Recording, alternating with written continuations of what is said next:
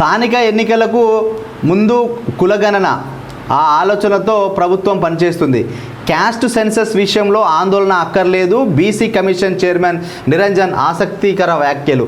నిన్న అంటే BC commission చైర్మన్గా బాధ్యతలు చేపట్టిన నిరంజన్ గారు ఏమంటున్నారో ఒకసారి చూద్దాం.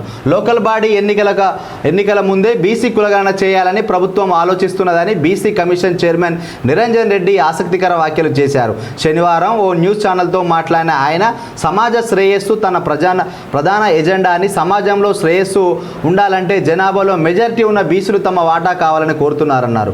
బీసీ సంఘాలు ఆందోళన చెందాల్సిన అవసరం లేదు అని అన్నారు. కులగణన విషయంలో సహకరించాలని నిరంజన్ కోరారు.